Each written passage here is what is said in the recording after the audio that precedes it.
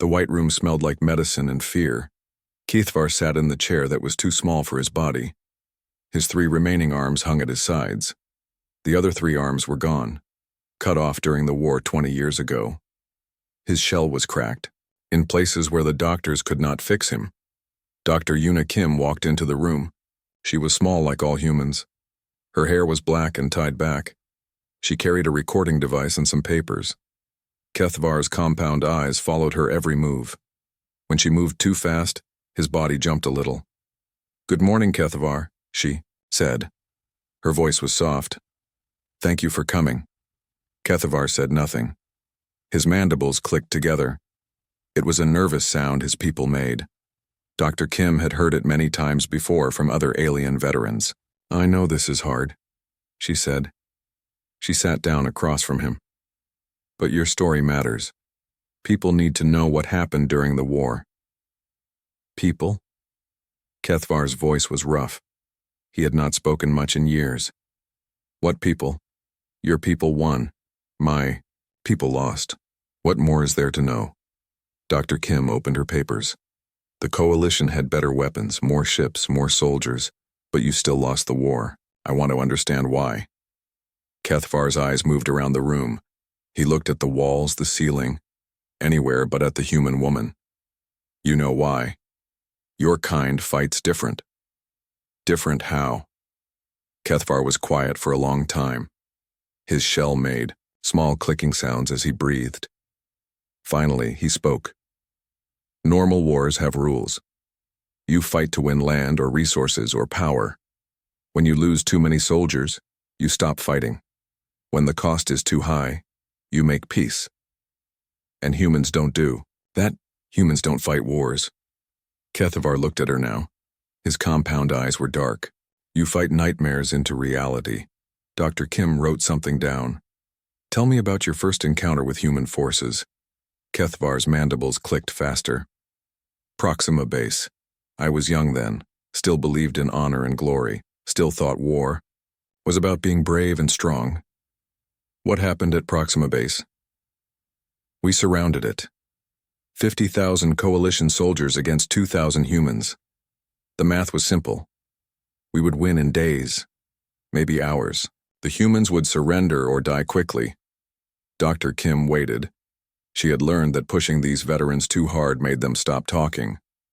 "I was a communication officer then," Keithvar continued. "I spoke many languages. My job was to talk to the humans and ask them to surrender. Standard procedure." "Did you make contact with them?" "Yes, their commander was Captain Lee Jun. We arranged a meeting under a white flag. Prisoner exchange, they said. They had some of our people." Keithvar stopped talking. His breathing got faster. "What was the captain like?" Dr. Kim asked. "Wrong." "Everything about him was wrong. He was calm. Too calm. We had him surrounded. His people were going to die, all of them. But he looked at us like we were already dead." "What did he say?" "He asked if we had families back home, asked if we had told them we loved them before we left." I thought he was being polite, making conversation before the real talk started. Keithvar's voice got quieter. Then he said something I did not understand at the time. He said, "Because war is not about who is right. War is about who is left." I asked him what he meant. He smiled. A human smile. It made my shell crawl. "What happened next?" "The prisoner exchange went as planned. We got our people back. They got theirs. But our soldiers who came back, they were different, scared. They would not talk about what the humans had done to them. They just stared at nothing and shook." Dr. Kim made more notes. "Did Captain Lee Jun say anything else?" "When we were leaving, he called to me. He said, 'Officer Keithvar, you seem like an intelligent being. You speak many languages. You understand different cultures. So let me give you some advice. Tell your commanders that we will not surrender. Tell them that every human in this base has already said goodbye to their families.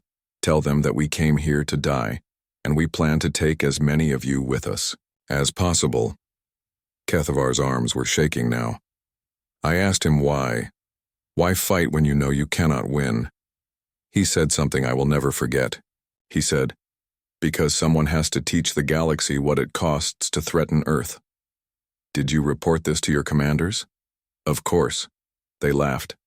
They said humans were just trying to scare us with big words. Fear tactics, nothing more.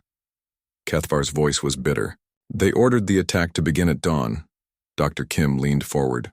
What happened during the attack? Kethvar was quiet again. His eyes looked at something far away.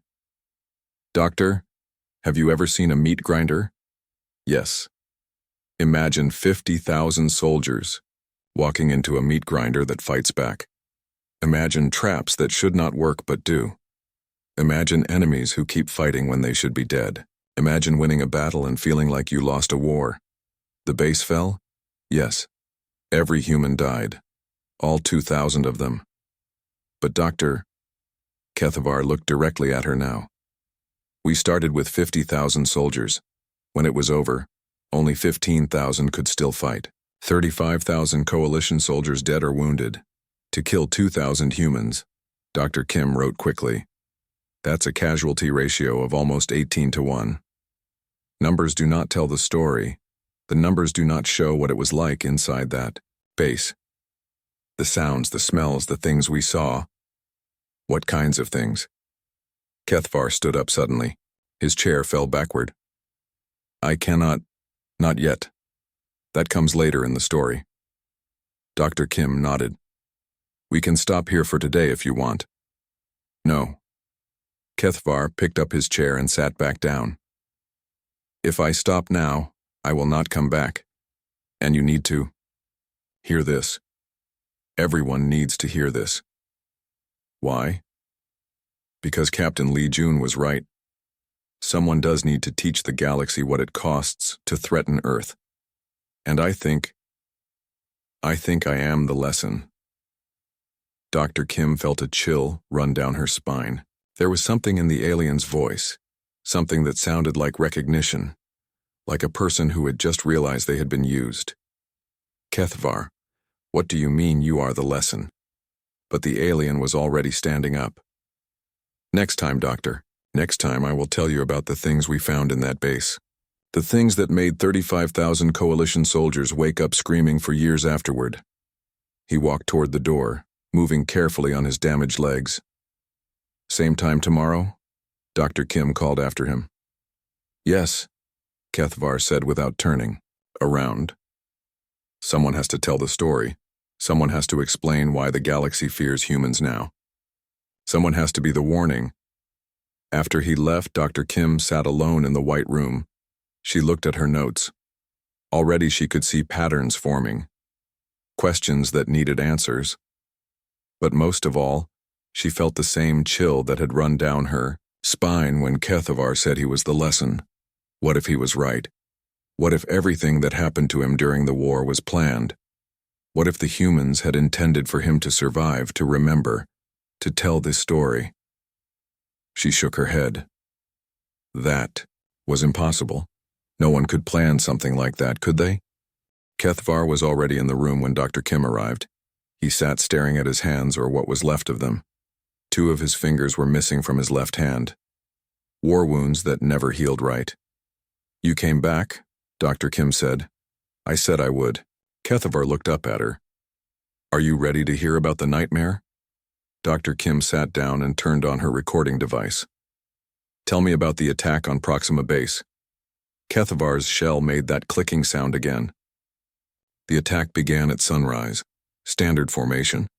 Heavy artillery first to soften their defenses, then ground troops to finish the job. What went wrong? Nothing went wrong. That was the problem. Kethvar's voice was flat. Everything went exactly as the humans wanted it to go. Dr. Kim waited for him to continue. The artillery hit the base for 2 hours. We destroyed their outer walls, their communication towers, their vehicle depots. Everything looked normal. Smoke and fire and broken buildings. Our commanders were happy. But when our troops moved in, the base was still fighting back. Not just fighting back, fighting smart. The humans had moved underground during the artillery attack. They had tunnels everywhere, tunnels our scans had missed. Kethvar stood up and walked to the window.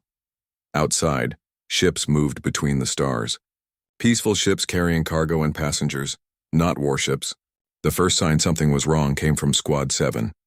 They found human bodies in the rubble, but the bodies were arranged, set up to look like they had died from the artillery. But they were too neat, too clean. What do you mean? When artillery kills someone, it tears them apart. These bodies were whole. They had been shot in the head execution style, but they were covered in dust and debris to make them look like artillery casualties.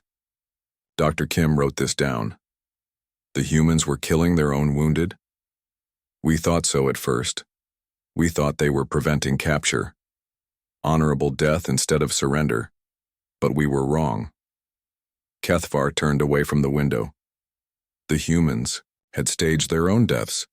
Some of the bodies were not even human. What were they? Mannequins, training dummies dressed in human uniforms, with fake blood and fake wounds. The humans wanted us to think we were winning. They wanted us to get confident and sloppy. Why? Because confident soldiers make mistakes. They stop watching for traps. They stop being careful. And the humans had prepared traps everywhere. Kethvar sat back down. His breathing was getting faster. Squad 12 found the first real trap. They entered a building that looked empty.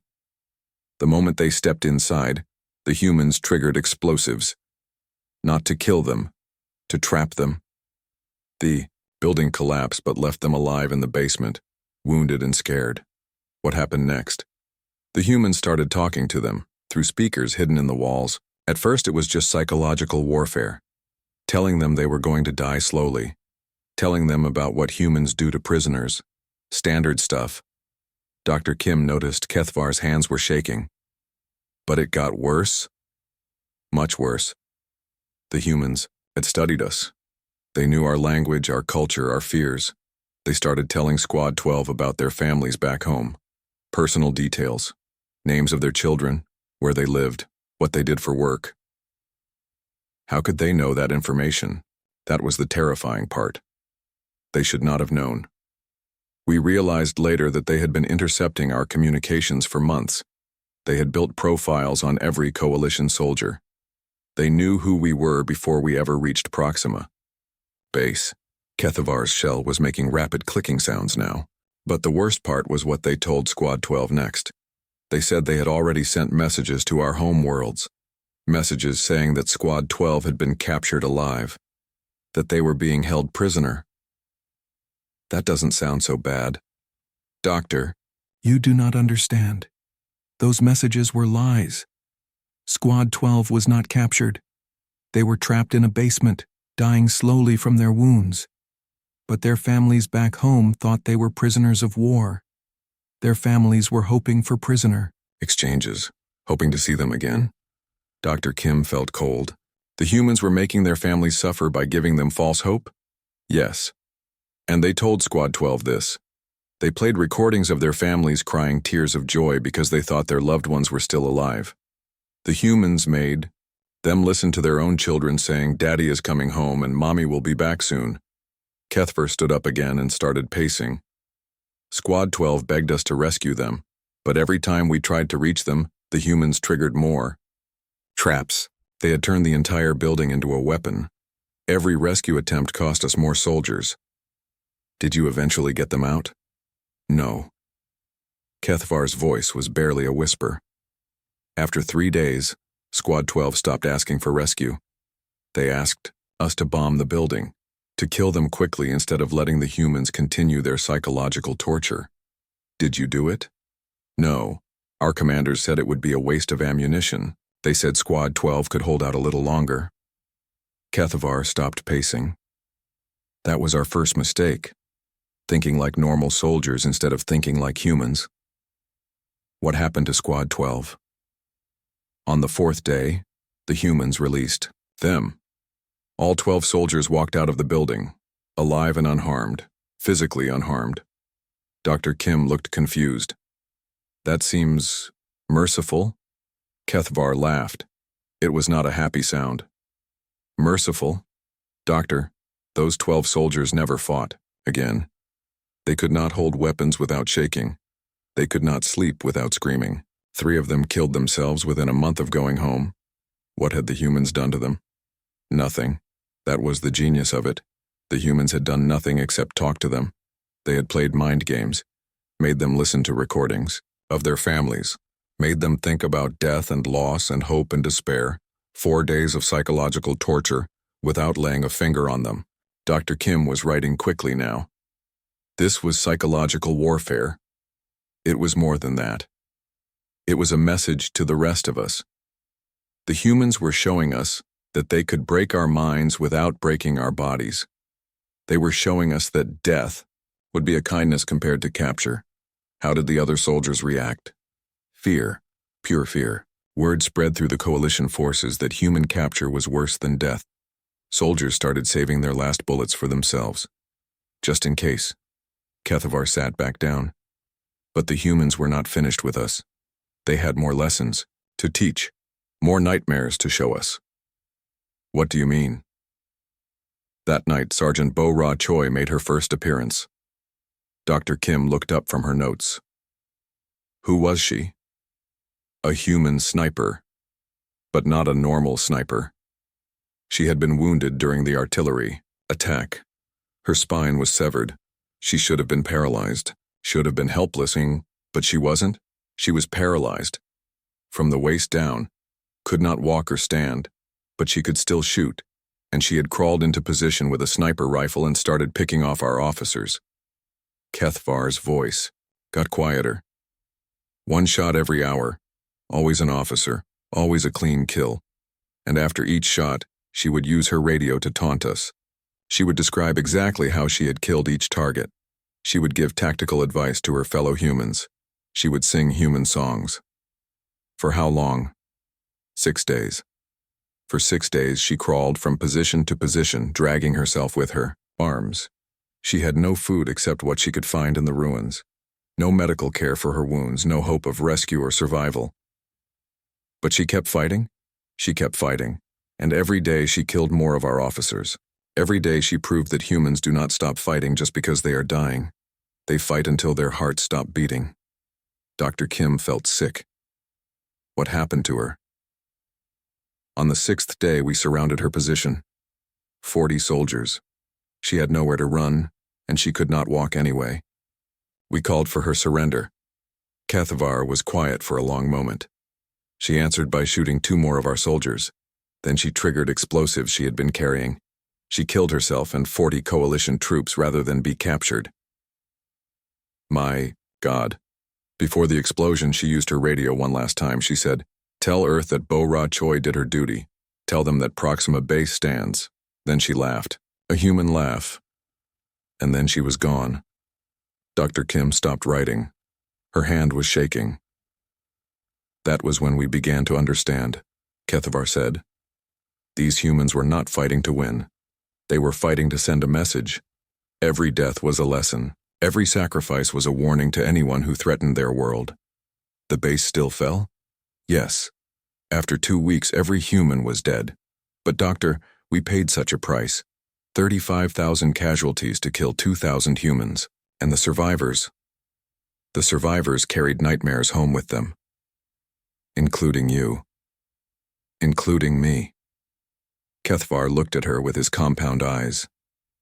But I am beginning to think that was the point. I think the humans wanted survivors. They wanted witnesses. They wanted someone to tell this story. Dr. Kim felt that chill again. Why do you think that? Because Captain Lee Jun knew my name. Before I ever introduced myself, he knew I was a communication officer. He knew I spoke many languages. He knew I would survive to tell others what happened here. That could be a coincidence. Kethavar shook his head. Doctor, I have had 20 years to think about this. 20 years to remember every detail. And I have realized something terrible. What? The humans did not fight that battle to defend Proxima Base. They fought that battle to create me, to create a witness who would carry their reputation across the galaxy. Dr. Kim noticed that Kethavar arrived early again. This time he was pacing back and forth in the small room. His remaining arms moved in nervous patterns. His shell was making clicking sounds even before she entered. Kethavar, are you all right? He stopped pacing and looked at her. No, I have not been all right for 20 years, but I will finish this story. You need to hear about the asteroids. Dr. Kim sat down and prepared her recording device. The asteroid belt campaign? Yes. 6 months after Proxima Base. The Coalition. High Command thought they had learned from their mistakes. They would not attack human fortifications again. Instead, they would hunt down human ships in space where there was nowhere to hide. Kethavar sat down heavily in his chair. There was a human merchant fleet running supplies to Earth, 47 ships carrying food and medical supplies, civilian ships with no weapons. But you attacked them anyway. They refused to surrender. Admiral Zeftel ordered them to stop and submit to boarding. The humans said no. They ran toward the asteroid belt. To hide? We thought so. It made sense. Hide among the rocks until coalition forces gave up the search. Standard guerrilla tactics. Kethavar's breathing was getting faster, but humans do not think like normal people. They had found a large asteroid, hollow inside from old mining operations. They flew their entire fleet inside and sealed the entrance. A hiding place. No. A fortress. Or a weapon. Or both. We did not understand at the time. Kethavar stood up and walked to the window again. Admiral Zeftel was confident. He had 300 warships. The humans had 47 merchant vessels trapped inside a rock. Simple siege warfare. Wait for them to run out of supplies. How long did the siege last? 16 days. But Doctor, it was not a siege. It was a horror show. Dr. Kim looked up from her notes. What do you mean? On the second day, the humans began broadcasting messages. They had studied our languages and cultures just like at Proxima Base. But this time they were not just talking to our soldiers. They were talking to our families back home. They were broadcasting to coalition homeworlds? Yes, Engineer Day-Wan had built a communication system powerful enough to reach across the galaxy. He was sending messages directly to our planets, to our cities, to our homes. Kethavar turned away from the window. At first, the messages seemed normal. The humans introduced themselves. They explained their situation. They said they were trapped and would probably die soon. That doesn't sound threatening. It was not threatening. It was much worse. It was honest. Dr. Kim waited for him to explain. Engineer Day-Wan described exactly what he was doing inside that asteroid. He was converting civilian mining equipment into weapons, turning food processing plants into explosive factories, modifying life support systems to become poison gas dispensers. Chemical weapons? Worse. He was explaining step by step how to turn everyday objects into instruments of death, and he was broadcasting these instructions to the entire galaxy. Kethavar sat back down. But that was not the worst part. The worst part was how calm he sounded. Like he was teaching a cooking class instead of explaining how to build weapons of mass destruction. What else did he say? He talked about his family back on Earth, his wife and 2 children. He showed pictures of them. He read letters they had sent him. He talked about missing his daughter's birthday and his son's school play. Dr. Kim felt confused. That seems almost human. Exactly, that was the point. He was showing the galaxy that humans are not monsters. They are people with families and hopes and dreams. But when you threaten their world, they become something else entirely. What happened next? Communications. Officer Min Seo joined the broadcasts on the 3rd day. She had been analyzing coalition fleet movements and tactical formations. She began explaining our weaknesses in detail. She was giving away military secrets. She was giving them away to everyone. To coalition forces, to human forces, to neutral worlds, to merchant ships passing through nearby systems. She was broadcasting tactical information about both sides of the battle. Kethavar's shell was clicking rapidly now. But the terrifying part was that she was right about everything. She predicted exactly how Admiral Zeftel would position his ships. She explained why our formation was vulnerable. She even predicted which ships he would sacrifice if the battle went badly. Was she a military strategist? No. She was a communications officer on a merchant vessel. But she had been studying coalition tactics for years, learning our weaknesses, preparing for this moment. What did Admiral Zeftel do? He tried to change tactics, moved his ships to different positions, but Minseo adapted her analysis in real time. Every move he made, she predicted. Every strategy he tried, she countered before he could implement it. Dr. Kim was writing quickly. It sounds like psychological warfare again. It was more than that. She was demonstrating that humans had been watching us, learning about us, planning for war while we thought we were at peace. Kethvar stood up again and started pacing.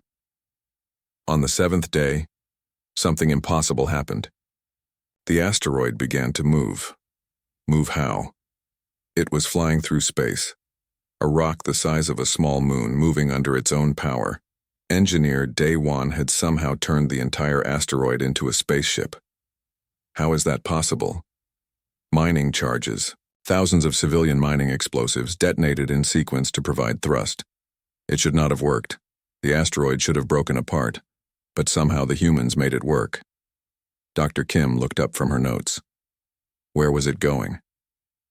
Toward our fleet. The asteroid was moving slowly, but it was moving in our direction, and the humans were still broadcasting. What were they saying now? Minseo was providing a countdown. She calculated exactly how long it would take for the asteroid to reach our fleet. She explained the physics of the impact. She described what would happen to our ships when a rock that size hit them at that speed. Kethvar stopped pacing. But she also kept talking about her family, about her mother who taught school on Earth, about her brother who wanted to be an artist, about her boyfriend who had proposed to her just before she left on this supply run. She was humanizing herself. Yes, making it clear that she was a person, not a weapon, but also making it clear that she was willing to die to protect the people she loved. What did Admiral Zeftel do? He ordered the fleet to move away from the asteroid's path, but the humans changed course to follow us. They were not trying to reach a safe destination. They were trying to ram our ships. Kethvar's voice got quieter. On the 12th day, we realized how many people were still alive inside that asteroid. Only 12 humans. 12 people turning themselves into a weapon capable of destroying our entire fleet. What happened to the other 35 people? Dead. They had died during the first week, either from accidents while converting mining equipment or from deliberately exposing themselves to radiation to power their makeshift engines. Dr. Kim felt sick. They were killing themselves to keep the asteroid moving? Yes, and Minseo reported each death like a casualty report. She gave their names, ages, home cities. She described their families. She read their final messages to loved ones back on Earth. My God. But she also explained why each death was necessary for their mission. Engineer Day One died from radiation poisoning after manually overriding safety systems on the asteroid's power core. Mechanic Ki-ho died when he crawled into a damaged engine to repair it from the inside. Each death served a tactical purpose. Kethvar sat down again. On the 15th day, Admiral Zeftel made his decision. He could not outrun the asteroid forever. He ordered an attack to destroy it before it could reach the fleet. Did the attack succeed? Yes and no. Our weapons broke the asteroid into pieces, but the pieces were still moving toward our fleet, and the largest piece still contained 12 living humans. What happened to them? They had enough life support for one more day. Minseo continued broadcasting until the end.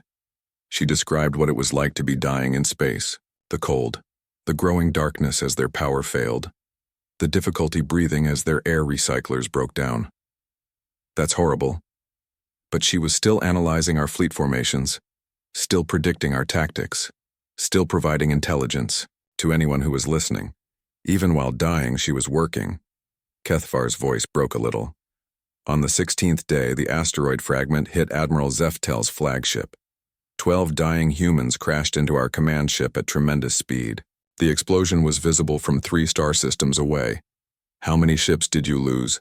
67, including the flagship and most of our command structure. 3,000 coalition personnel died instantly. Dr. Kim stopped writing. To stop 12 humans? To stop 12 humans who had turned their own deaths into a weapon, who had spent 16 days teaching the galaxy that humans do not surrender, they do not retreat, and they do not stop fighting until their hearts stop beating. What was the reaction from Coalition High Command? Terror.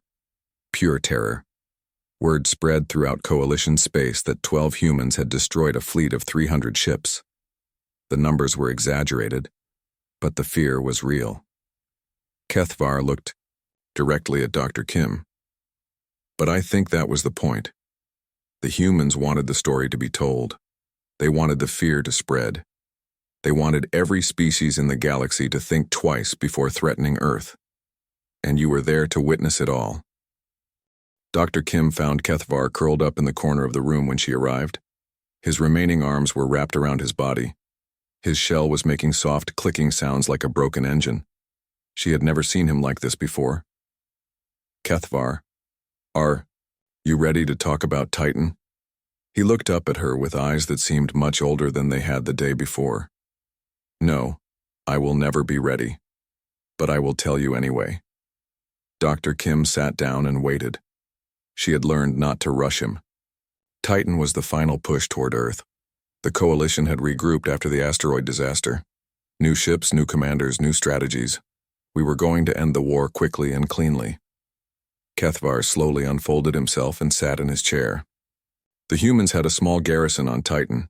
800 soldiers, we had 100,000. Those are overwhelming odds. Yes, the math was simple. Titan had no strategic value. It was just a refueling station. The logical thing for humans to do was abandon it and fall back to defend Earth directly. But they didn't abandon it. No. Colonel Wu Jin sent a message to our fleet commander. Just 4 words. Come and take it. Dr. Kim noticed that Kethvar's hands were starting to shake. What was your role in the battle?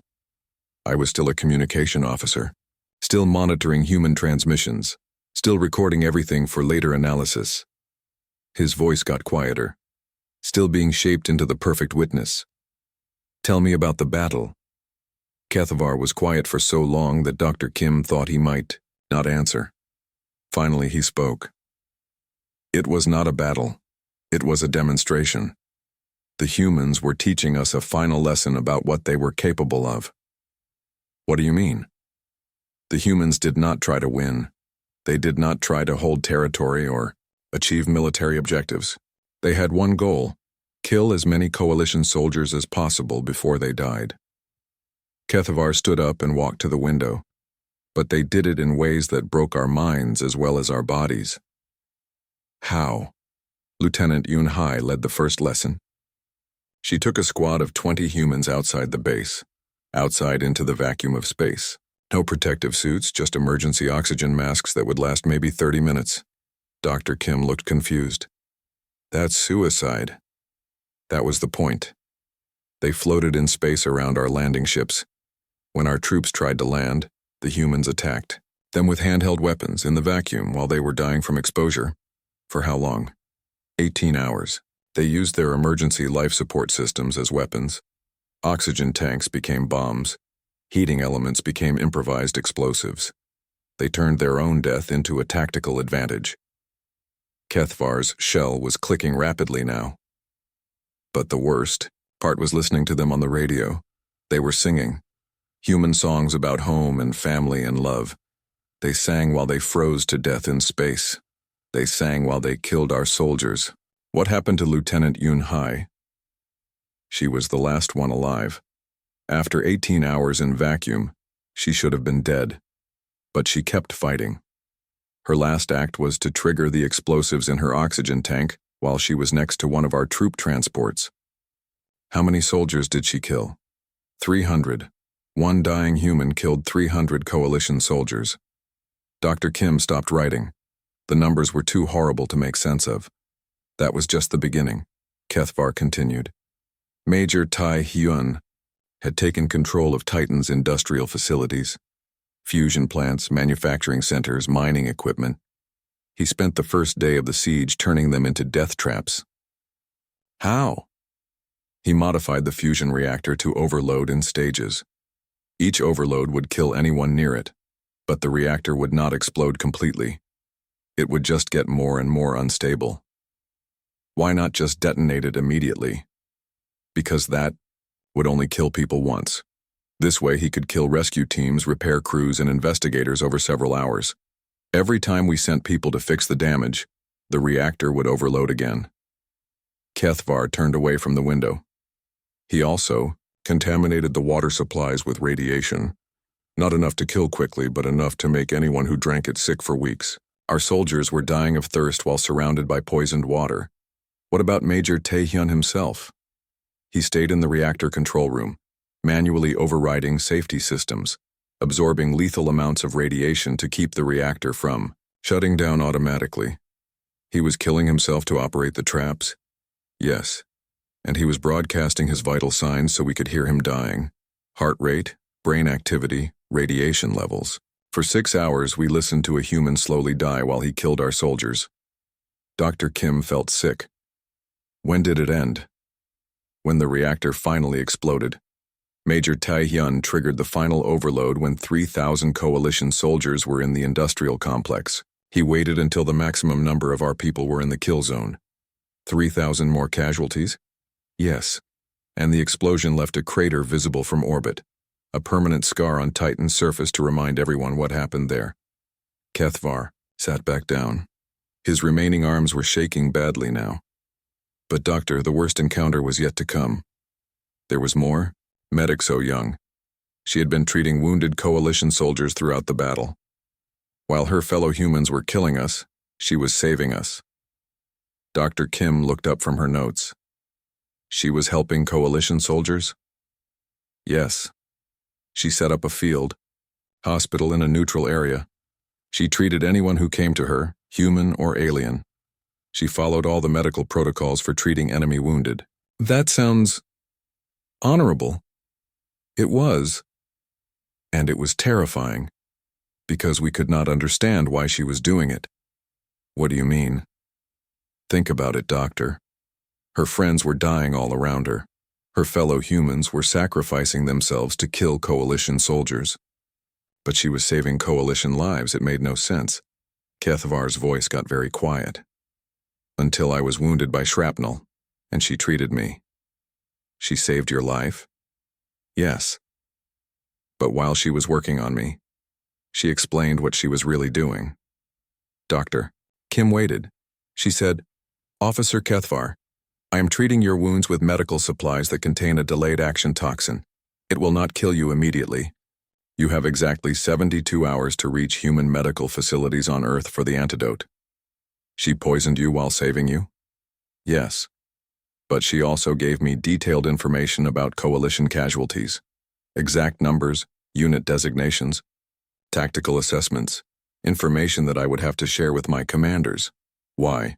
Because she knew I would try to get to Earth for the antidote. She knew I would carry that information with me. She was turning me into a courier for intelligence about how badly the coalition was losing. Dr. Kim stared at him. She weaponized medical care? She weaponized mercy. She saved my life to make me a weapon against my own people. Kethvar started pacing again, but the most horrible part was that she was genuinely trying to help me. She cared about my welfare. She wanted me to survive. She just also wanted to use my survival for tactical advantage. What happened during those 72 hours? Spent 3 days knowing exactly when I would die unless I could reach Earth. I carried information about coalition casualties that painted a picture of complete military disaster. 47,000 coalition soldiers dead, 800 humans dead. Another impossible casualty ratio. Yes. But more than that, I was living proof of human psychological warfare. I was a coalition officer who had been saved by a human medic and poisoned by the same human medic. I was an example of how humans could turn even kindness into warfare. Did you make it to Earth for the antidote? No. The war ended before my time ran out. Dr. Kim looked confused. The war ended? How? Coalition High Command surrendered. After Titan, They refused to fight humans anymore. They said the cost was too high. They said humans were too dangerous to be allowed to continue existing, but also too dangerous to be attacked. So they just gave up. They negotiated a peace treaty that gave humans everything they wanted: autonomy, territory, trade rights, defense guarantees, everything. And the poison? There was no poison. Medic So Young had lied about that too. Dr. Kim stared at him. She lied? The medical supplies were clean, normal healing compounds. But I spent 72 hours believing I was dying. I spent 72 hours carrying information that would convince coalition leadership that humans were unbeatable. She had used psychological manipulation to turn you into a propaganda weapon. Exactly. And doctor, that is when I realized the truth about everything that had happened to me during the war. What truth? Kethavar stopped pacing and looked directly at her. Every human I encountered knew my name before I introduced myself. Captain Lee Jun at Proxima Base. Minseo during the asteroid campaign. Medic So Young on Titan. That could be no coincidence. They had been planning for me specifically. They knew I would be at those battles. They knew I would survive. They knew what kind of witness I would become. What are you saying? I am saying that the entire war was designed to create me. Every battle I witnessed was staged for my benefit. Every trauma I experienced was carefully calculated to make me the perfect messenger of human capability. Dr. Kim felt cold. You think the humans were using you? I think the humans were creating me. Building me into a weapon they could use long after the war ended. A weapon made of my own memories and fears. But why? Because fear is the most powerful weapon of all. And I am that weapon. I am the story that keeps other species from threatening Earth. I am the living proof of what happens to anyone who fights humans. Dr. Kim arrived at the medical facility to find Kethavar standing by the window, looking out at the stars. He did not turn around when she entered. His shell was completely silent for the first time since their interviews began. Kethavar? Doctor? Please sit down. Today I will tell you the truth about everything, including the truth about you. Dr. Kim felt a chill run down her spine, but she sat down and prepared her recording device. I'm ready. Kethavar finally turned around. His compound eyes seemed clearer than before, as if a fog had lifted from his mind. Yesterday you asked me how I knew the humans had planned everything. Today I will show you the evidence. What evidence? You, Doctor. You are the evidence. Dr. Kim looked confused. I don't understand. Tell me about your background, Dr. Kim. Where did you study? Who recommended you for this position? How did you learn about my existence? I studied xenopsychology at Seoul University. I specialized in war trauma among non-human species. The Interstellar Medical Council recommended me for this documentation project. And who sits on the Interstellar Medical Council? Representatives from major spacefaring species. Humans, Vorthak, Centauri, a few others. Including humans who were involved in the war? Dr. Kim paused. Well, yes. Some of the human representatives are former military officers. Do you know their names? Admiral Hyuk Nam is the senior human representative. He's the one who specifically requested that I interview alien veterans. Kithvar nodded slowly. Admiral Hyuk Nam, the same Admiral Hyuk Nam who commanded the human forces during the asteroid belt campaign. Dr. Kim felt the blood drain from her face. That could be a coincidence. Could it? Tell me, Doctor, how did you know where to find me? The Medical Council provided me with a list of veterans who might be willing to talk. And who compiled that list? I don't know. It was just provided to me. Dr. Kim, you found me in this exact facility on this exact station. You knew I had been treated here for war trauma. You knew I had specific stories to tell about human warfare. How? Dr. Kim was quiet.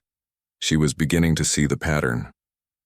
Let me tell you how, Kethavar continued. 20 years ago, when the war ended, I was brought to this facility for treatment. My medical records were sealed, classified as military secrets. No one should have been able to access them except with special authorization. What are you saying? I am saying that someone has been monitoring me for 20 years. Someone has been waiting for the right moment to have these interviews. Someone has been planning this conversation since the war ended. Dr. Kim stood up suddenly. That's impossible. Is it? Tell me about your training, doctor. You said you specialized in war trauma among non-human species. How many non-human species have humans fought wars against? Just the coalition species during the Human Coalition War. So your entire field of study is based on one war, a war that ended 20 years ago. Why would there be enough demand for specialists in that field to justify university programs? Doctor, Kim sat back down slowly. I never thought about that. Because humans have been planning for more wars. Or rather, they have been planning to prevent more wars by making sure everyone remembers the last one. Kethavar walked over to her. Doctor, what is the real purpose of these interviews? To document the experiences of war veterans for historical purposes. No. Think about what you are really doing. You are recording my stories, my trauma, my fear of human warfare. What will happen to these recordings?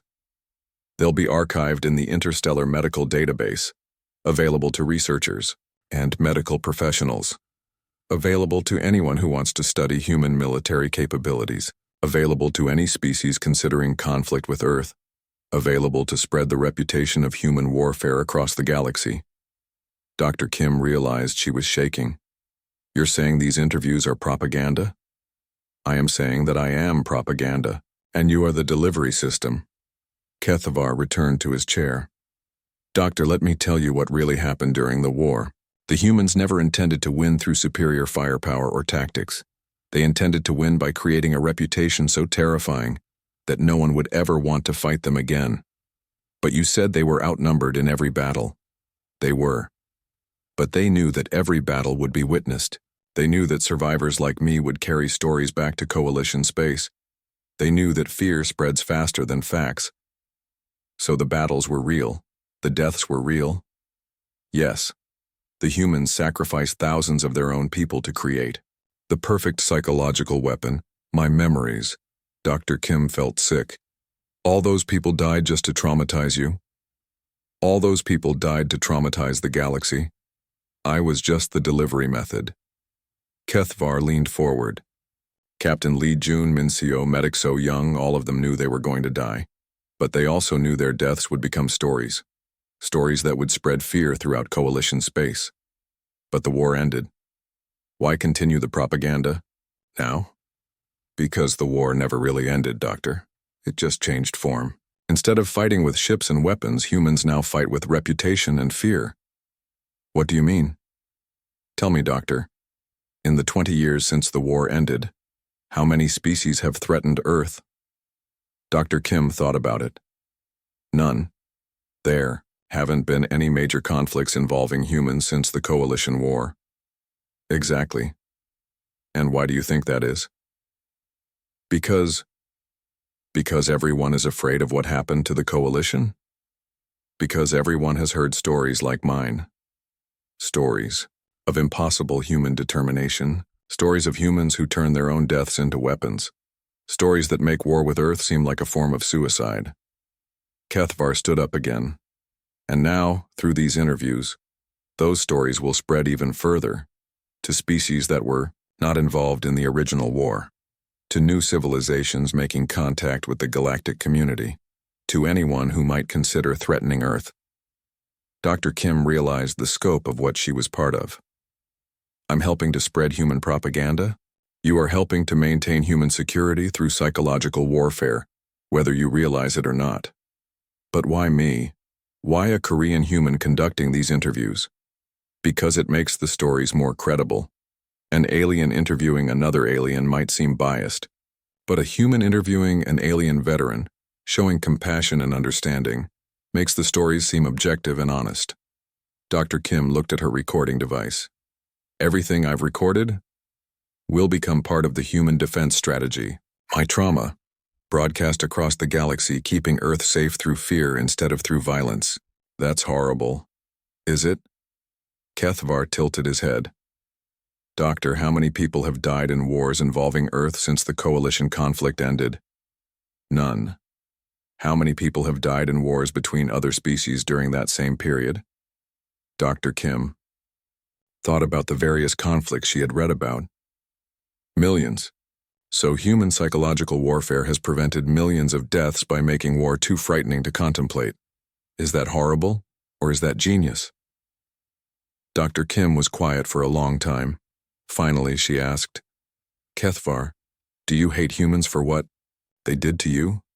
No. I understand why they did it. They were facing extinction. They were outnumbered and outgunned. They used the only weapon they had, the ability to make their enemies afraid. But they used you. They traumatized you on purpose. Yes? And in doing so, they probably prevented hundreds of future wars. My suffering has kept the galaxy peaceful for 20 years. Dr. Kim stood up and walked to the window. What happens now? Now that I know the truth? Now you have a choice, Doctor. You can destroy those recordings and try to expose what you think is human manipulation, or you can finish the interviews and help maintain the peace that human reputation has created. What do you want me to do? I want you to understand what you are really choosing between. If you expose this, you will satisfy your conscience about being manipulated, but you will also weaken the psychological defenses that keep Earth safe. And if I don't expose it, then you become part of the human strategy. You help spread the stories that keep the galaxy afraid of war with Earth. You become complicit in psychological warfare. Dr. Kim turned away from the window. There has to be another option. There is. You can choose to believe that preventing war through fear is better than fighting wars through violence. You can choose to see my trauma as a sacrifice that has saved millions of lives. But what about your choice? What about your consent? Kethvar was quiet for a moment. Doctor, I have had 20 years to think about this. 20 years to be angry and bitter about being used. But I have also had 20 years to watch the galaxy remain at peace. And I have decided that if my nightmares can prevent other people from having nightmares, then maybe my suffering has meaning. Dr. Kim sat back down. So you want me to continue the interviews? I want you to make an informed choice. Now that you know what these interviews really are, you can decide whether to continue them. What would you do in my position? I would remember that humans did not create this strategy out of cruelty. They created it out of desperation. They were facing extinction and they found a way to survive without destroying their enemies. By traumatizing them instead. By making war too terrible to contemplate. Doctor, the humans could have developed weapons capable of destroying entire planets. Instead, they developed a reputation that makes such weapons unnecessary. Dr. Kim looked at her recording device again.